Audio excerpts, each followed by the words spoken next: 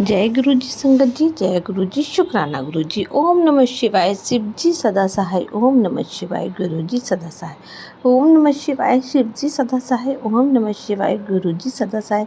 संगत जी, यहाँ पर सुनाए जाते हैं संगत जी के द्वारा भेजे गए सत्संग, जो कि बहुत ही ज़्यादा ब्लेसिंग होते हैं। अगर आपके पास भी कोई अपना शुक्राना सत्संग है तो हमें लिख कर भेज सकते हैं, रिकॉर्ड करके भेज सकते हैं। डिस्क्रिप्शन में हमारा व्हाट्सएप नंबर दिया गया है। संगत जी, आपसे यही रिक्वेस्ट है, आप सत्संग को पूरा सुने, क्योंकि सत्संग के अंदर गुरु जी का ढेर सारा आशीर्वाद होता है, और जो सत्संग पूरा सुनता है गुरु जी उसे ब्लेस करते हैं। तो आइए संगत जी, बिना देर किए आंटी जी का सत्संग स्टार्ट करते हैं। उससे पहले गुरु जी का पावन मंत्र जाप करेंगे। ओम नमः शिवाय, शिव जी सदा सहाय। ओम नमः शिवाय, गुरु जी सदा सहाय। जय गुरु जी, शुक्राना गुरु जी। जय गुरु जी, शुक्राना गुरु जी। ओम नमः शिवाय, शिव जी सदा सहाय। ओम नमः शिवाय, गुरु जी सदा सहाय। सबसे पहले माफ़ी चाहूँगी गुरु जी, मैं कुछ शुक्राना भूल गई थी। कुछ चीज़ें मुझे बाद में आपने याद दिलाई, उसके लिए लख लख शुक्राना जो मैं अब शेयर कर रही हूँ। जैसे मेरे बेटी को मैंने तितली वगैरह के बारे में बताया था, जैसे मैंने पहले सत्संग में भी शेयर किया है। मैं एक बार ऑटो में जब कृष्ण जी के मंदिर जा रही थी तो मैंने गुरु जी को याद किया, और गुरु तितली तितली रूप में एकदम ऑटो में हमारे चारों तरफ आ गए। तब मैंने मेरी बेटी को बताया कि बेटा इस तरह आते हैं गुरुजी। तो उसने बोला, अरे मम्मी मेरे को तो आजकल है ना कॉलेज में खूब तितलियां दिख रही हैं। तो मैंने कहा बेटा जय गुरुजी, शुक्राना गुरुजी बोल लिया कर। मुझे इतनी खुशी हुई ये सुनकर, क्योंकि मुझे लगा कि गुरुजी उसके आसपास हैं, और तब से वो थोड़ा खुश भी रहने लग गई है। इसका लख लख शुक्राना, उसका कॉन्फिडेंस भी आ रहा है। दूसरी बात, जिस फेथ में मैं पहले थी, हम लोग प्रेयर वगैरह करते थे, तो मैं मेरे साथ पता नहीं 2 साल से क्या हो रहा था, मैं जिससे भी मिल रही थी तो मेरे को कुछ ख़ास बॉन्डिंग नहीं बन रही थी, और हर किसी से मनमुटाव सा हो रहा था। तो मैं गुरुजी से, एक दिल में होता है ना कि मैं कर पाऊँ अच्छी तरह से, क्यों ऐसा हो रहा है, कोई नेगेटिविटी थी, क्या था, ब्लैक मैजिक का असर, पता नहीं। लेकिन जब से अब मैंने वापस से कनेक्ट किया और वो मेंबर हमारे घर आई, तो बहुत अच्छे से मेरा हुआ और कोई मनमुटाव भी नहीं हुआ। फिर दूसरी एक फ्रेंड जिसने मेरी बहुत मदद की थी, वो भी फेथ रिलेटेड ही है, उससे भी मेरा थोड़ा-सा ऐसे हो रहा था, मुझे बार-बार लग रहा था कि वो मुझसे जेलस हो रही है, पता नहीं इतनी हेल्प करने के बाद भी। उसने मेरी हेल्प की थी बहुत, तो उससे भी मेरा कल बहुत अच्छा इंटरैक्शन हुआ। मैं गई मिलने, मेरे को जैसे गुरुजी ने ही भेजा, क्योंकि उसी ने मुझे उसके कज़िन के थ्रू एक जॉब का कॉल भी बताया था मुझे, जिस जॉब में मैं ट्राई कर रही थी पहले काफ़ी बार से, तो वो हो नहीं रहा था। तो मेरे को लग रहा था, मैं इतनी कंफ्यूज़ थी कि मेरी इतनी हेल्प करती है, फिर मेरे से जेलस क्यों होती है। तो मुझे अच्छी नहीं लग रही थी ये बात, कि मेरा सबसे नॉर्मल हो जाए रिलेशन। तो वो कल मैं उससे मिलने गई तो बहुत अच्छा लगा, हमारी बहुत अच्छी तरह से रिलैक्स बात हुई। कुछ बातें उससे जो गलत हो रही थी वो उसने भी बताई, कि उसको वो चीज़ें जो समझ में नहीं आ रही थी वो अब समझ में आ गई हैं। तो मुझे इतना अच्छा लगा कि हाँ, अब उसकी लाइफ भी अच्छे सही ट्रैक पे चल रही है। तो एक कूल इंटरैक्शन हुआ और एक वापस से दोस्ती बॉन्डिंग बन गई, तो मुझे ये चीज़ बहुत अच्छी लगी। कल वहाँ से आके बड़ा सैटिस्फैक्शन था, और यही नहीं बल्कि उसने मुझे मेरी वापस उसी कंपनी में कोई और उसकी कोई कज़िन निकल गई, तो उसमें फिर से उनसे बात करके मेरा सीवी की बात छेड़ के वो फिर से बात आगे करवाई। तो इसका लख लख शुक्राना गुरुजी।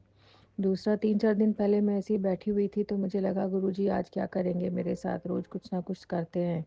तो मेरी एक पुरानी कंपनी थी जिसमें मैं जॉब करती थी, वहाँ से एक बंदी का, जिसने छोड़ दी थी कंपनी, फिर बाद में मैंने भी छोड़ दी थी, उसका कॉल आया। वो मुझे बोलने लगी कि तुम्हारा काम मुझे सबसे ज़्यादा अच्छा लगता था वहाँ पे, इसलिए मैंने तुम्हें कॉल किया है। मैं अब जिस कंपनी में हूँ वहाँ पे तुम्हारा सीवी फॉरवर्ड करना चाहती हूँ, कि मुझे लग रहा है तुम कर लोगी अच्छा काम। तो मुझे बड़ा अच्छा लगा कि कहीं से थोड़ा-सा एप्रिसिएशन गुरुजी ने भिजवाया। और फिर मैंने अपना सैलरी एक्सपेक्टेशन वगैरह पहले तो कम बता रही थी, पर फिर मैंने जितना कहा उस पे वो मान गई। वो वहाँ पे सेंटर हेड है, तो कह रही थी ठीक है मैं आपका सीवी फॉरवर्ड करूँगी। तो मेरी फ्रेंड से मिलके, फिर इस वाले कोलीग से मेरा फ़ोन आना, तो कहीं न कहीं जॉब का थोड़ा-थोड़ा स्टार्टिंग हो रही है, जो बिल्कुल ही ठप पड़ा था मामला 4-5 साल से। तो ये गुरुजी ने ही कॉल करवाया, मुझे पता है। और फिर उसने मुझे बोला कि मुझे बड़ी मुश्किल हुई तुम्हारा नंबर ढूँढने में और ये सब करके ना, तो काफ़ी अच्छी तरह से उससे भी बात हुई, क्योंकि उससे भी वहाँ रहते हुए थोड़ा-सा ऐसा हो गया था कि मतलब काम को लेकर के जेलसी और ये, तो अब तो वो मुझे अप्रिशिएट कर रही थी। तो इतना बड़ा चेंज मैंने जब देखा तो मैं हैरान हो गई। मैंने मतलब इतनी हैरान हो गई कि बहुत देर तक तो मेरे से शुक्राना भी नहीं हुआ। तो वो शुक्राना भी मैं भूल गई थी, तो वो मैं आज कर रही हूँ। और फिर उसके बाद हम 3-4 दिन पहले अचानक मेरी बड़ी बेटी बोलने लगी, मम्मी गुरुद्वारे चलते हैं। मेरे बच्चों को दोनों को अच्छा लगने लगा है। न जाने कैसे गुरुजी ने खींचा और हम लोग गए। तो मैंने रास्ते में फिर वही सोचा कि गुरुजी अब कैसे आप अपनी प्रेज़ेंस मुझे दिखाओगे। तो मुझे जैसी तभी सोचने के तुरंत बाद ही एक गाड़ी निकली, उस पे 4 बार 7 लिखा हुआ था। फिर एक और गाड़ी थोड़ी देर बाद निकली, उसमें 4 बार 9 था। मैंने अपनी बेटी को दिखाया कि बेटा देख ऐसे गुरुजी दिखाते हैं। तो मैं चाह रही थी बच्चे भी इस चीज़ को सीख जाएँ और वो भी मेरे साथ कैसे धीरे-धीरे कनेक्ट हो रहे हैं, गुरुजी ही कर रहे हैं। तो इसका अनंतम शुक्राना गुरुजी, हर पल हर क्षण आप जैसे अपना प्रेजेंस दिखाते हो मुझे और कैसे इतने सारे बीमारियों के सत्संग सुना सुना के बीमारियां काट रहे हो, वो तो मुझे फील अब हो रहा है, अब समझ में आ रहा है। आपकी लीला अपरंपार है, आपकी लीला को समझना इतना आसान नहीं है, हम तो तुच्छ मनुष्य हैं।